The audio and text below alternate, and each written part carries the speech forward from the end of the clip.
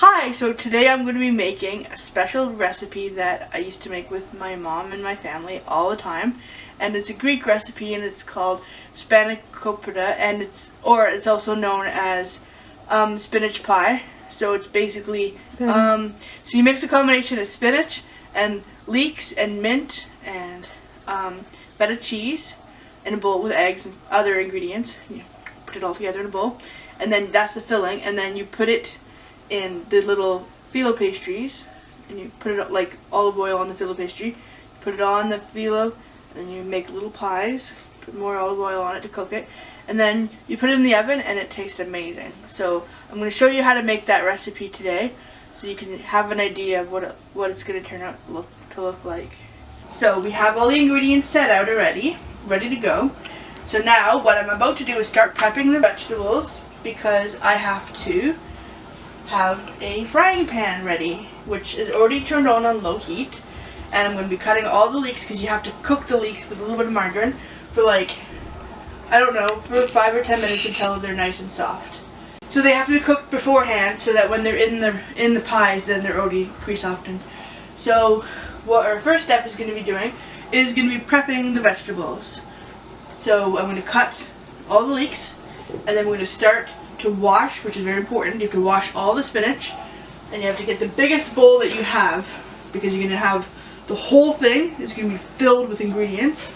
And then once you add the eggs and the other wet ingredients, it's going to smoosh it down a little bit. So if you start out and your bowl is overflowing because you have all your spinach in there, that's normal, so don't freak out. You need as much stuffing, as much filling as you can. So now, as you can see, this is after I've just added the leeks to the frying pan. So just continually stir it. You can hear that it's like making a sound. It's like kind of hissing a little bit. You want me to record this right now? I can do it. I'm sorry. I'm talking to the camera, not myself. I know the instructions in my own head. So just continually stir it. Eventually it'll start to turn a little bit brown, and it'll become much softer. So instead of being this very white, very bright green neon color, it'll be a little bit more muted, and at that time you'll know that it's ready. So I'm going to add I'm going to add the margarine now. So let me turn the camera off. Yay!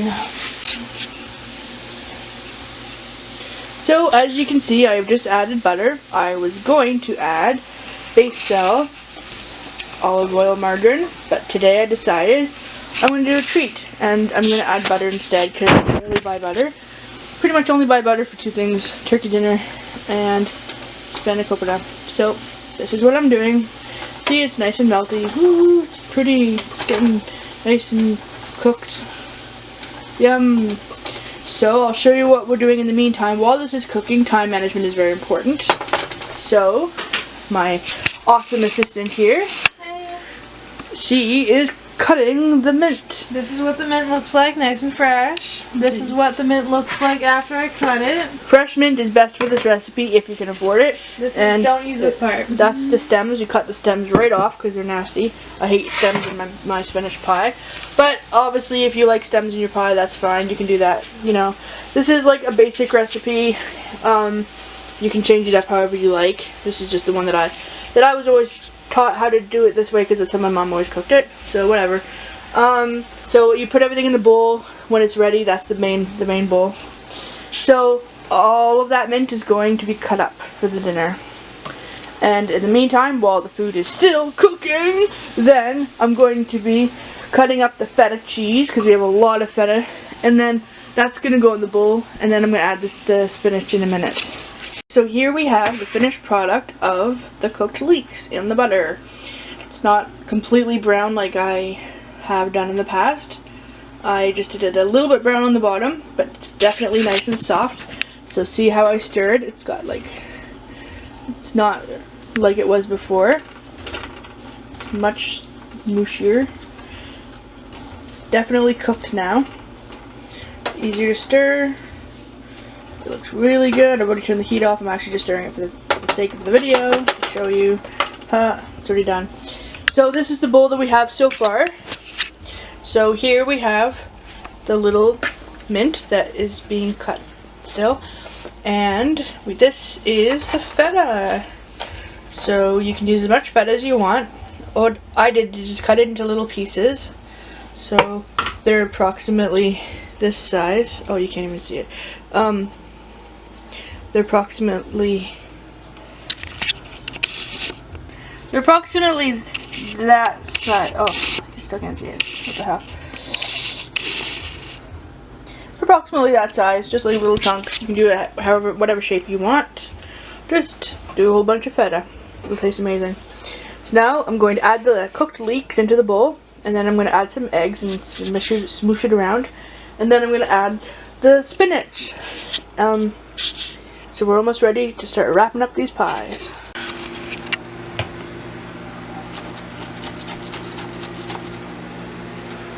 Yay, wash the spinach in the bowl.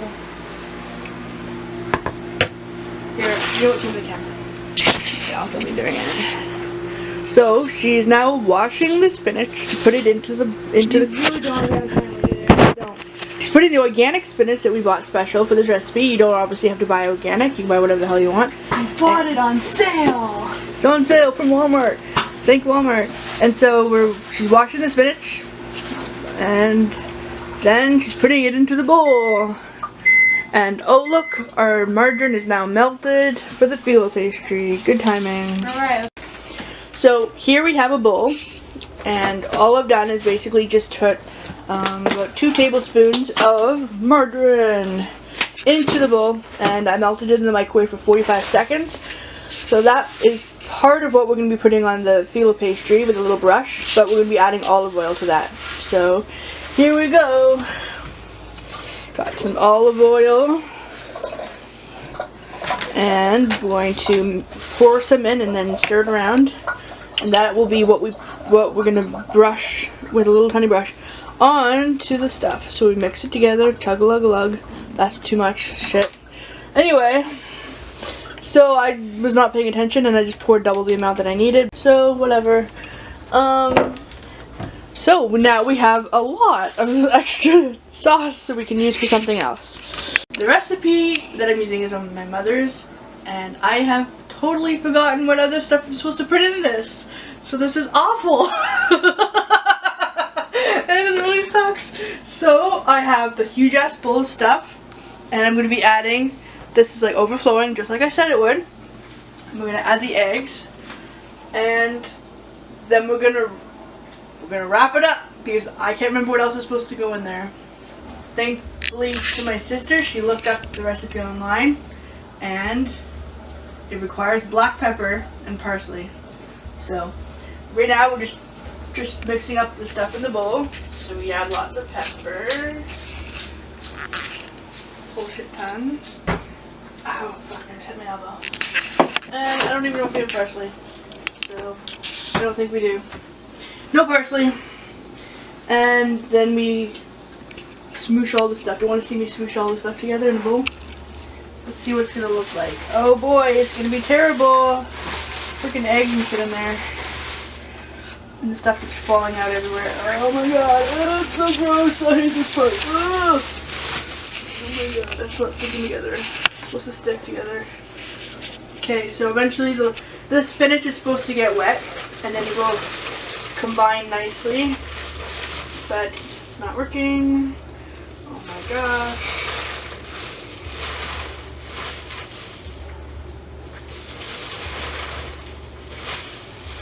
Still not working. Usually it's all like, you know, clumping together already at this point. Some liquid on the bottom, thank goodness. It's all the eggs, they went to the bottom trying to escape. They did. Okay, so eventually, once it's combined, this will be much more manageable, and it will be a nice tasty filling. And then I can show you how to wrap it all up in a phyllo pastry. So I sometimes, I don't know what I was going to say, but so I usually buy a specific brand from Walmart. It's like Pillsbury or some of that shit. I don't know what brand it is, but it's a really good one. It's like $2 or something. Then yesterday we went to Quality Foods and not Walmart, so we got all ingredients there, which was, you know, cool. But so we got this other kind of phyllo pastry today. I never had this kind before, so I hope it's good because I never tried it before. It's called Krinos Phyllo Pastry, and it's like the exact same but just a different brand. So we already defrost. Oh yeah, important notice: when you buy Phyllo pastry, it's frozen, so you have to defrost it in the fridge overnight because otherwise you're not gonna be able to work with it. Because it's like thin parchment paper shit that like it's like really thin parchment paper kind of stuff that like. If you're not careful, it'll break, and then you're like screwed because then you can't put the stuff in there. So you have to treat it really carefully. It's a very important ingredient. It's like the most important ingredient.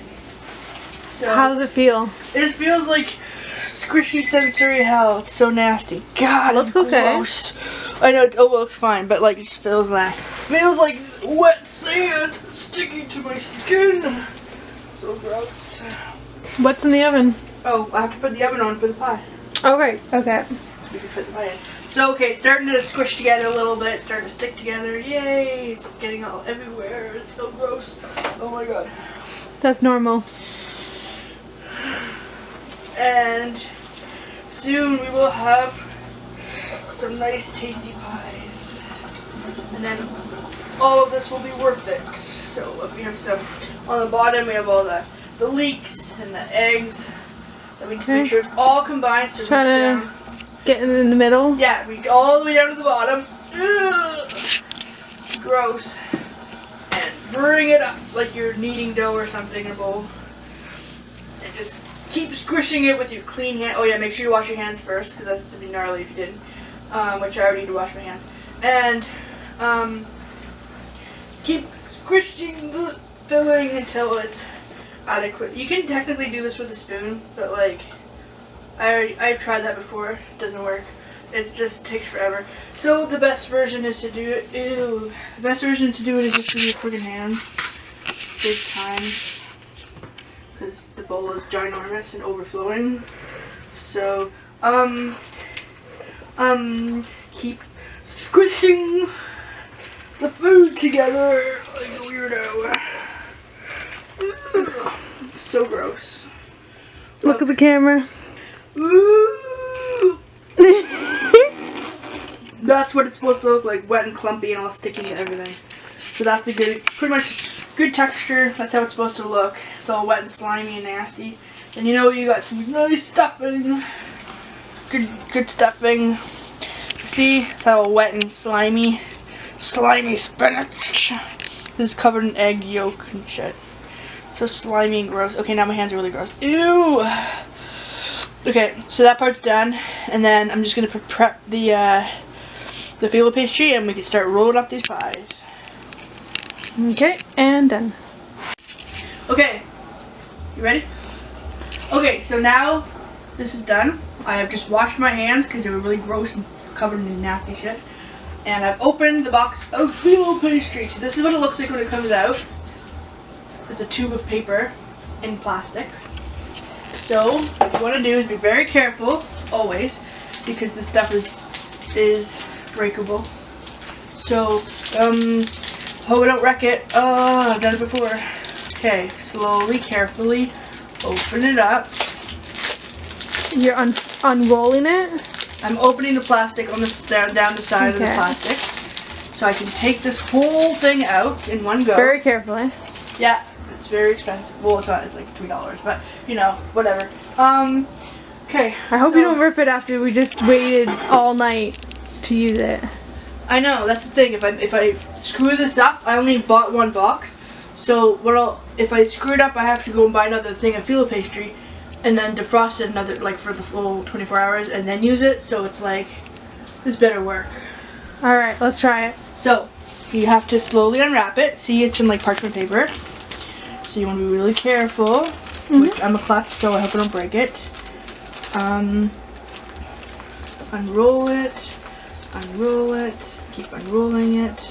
It's very long paper. Keep unrolling it. There!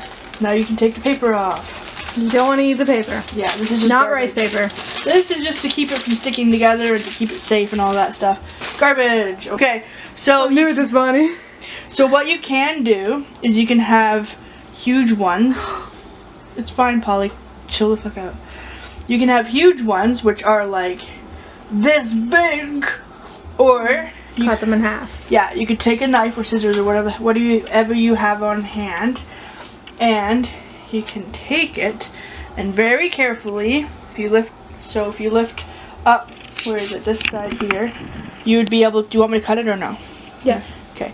So we're gonna just. Well, okay, I usually use scissors, but I only have a knife right now, so this is gonna look awful. Like, just stabbing the paper.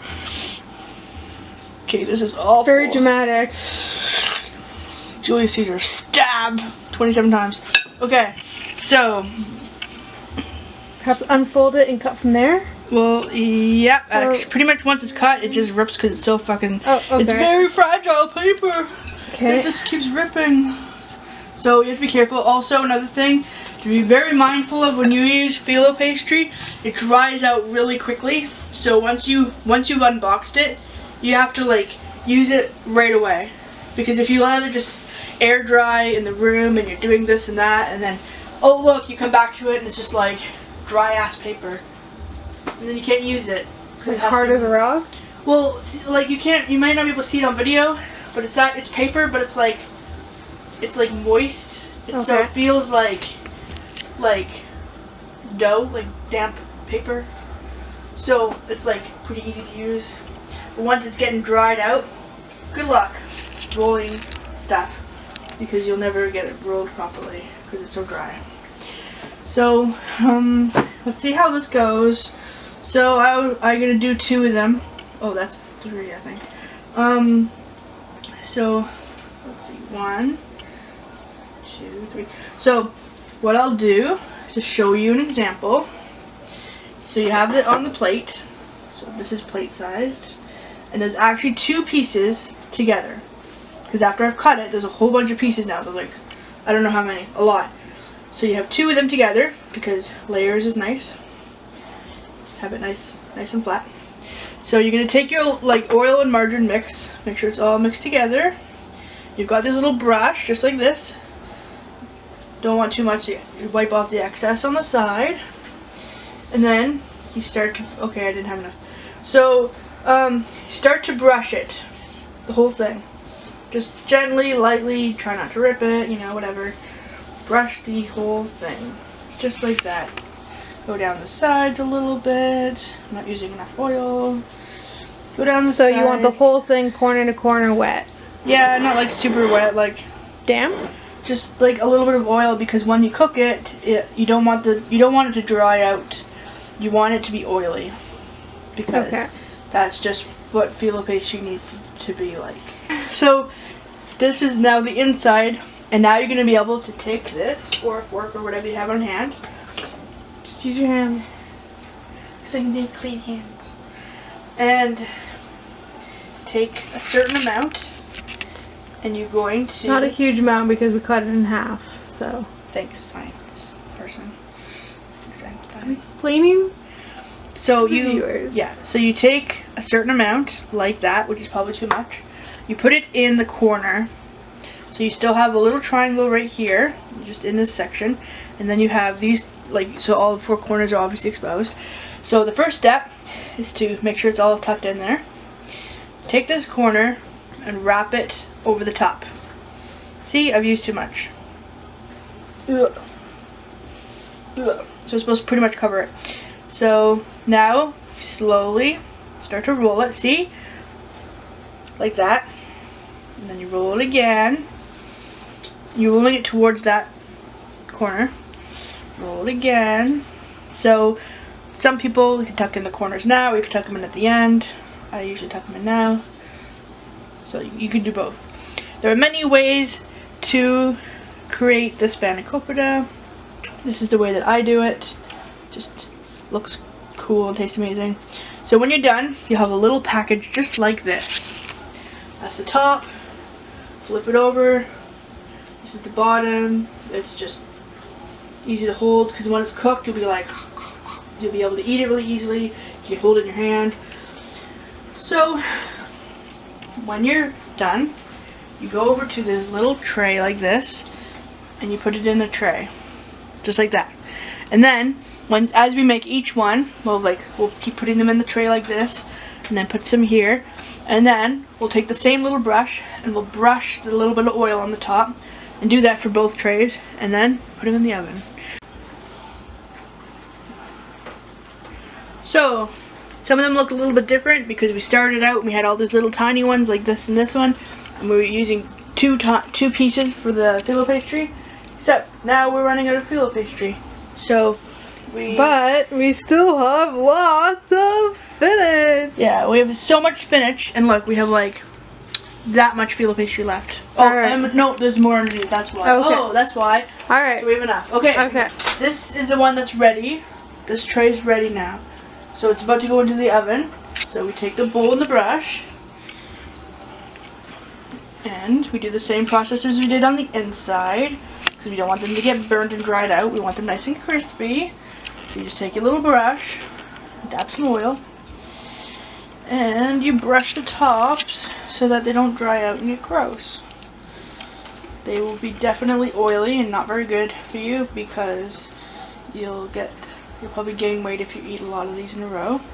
But the good thing about making lots of spanikopita is that you can freeze them and you can eat them at a later date, but they probably won't last that long because they're so good.